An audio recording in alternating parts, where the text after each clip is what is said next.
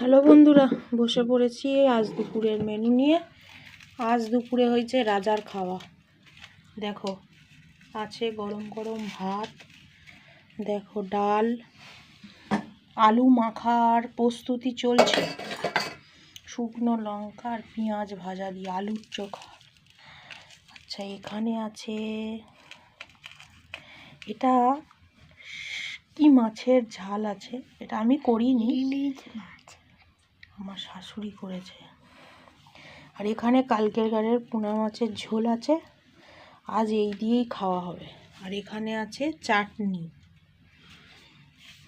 খেতে বসে পড়েছি, আজ অনেকটাই তাড়াতাড়ি, 2:15 হয়েছে।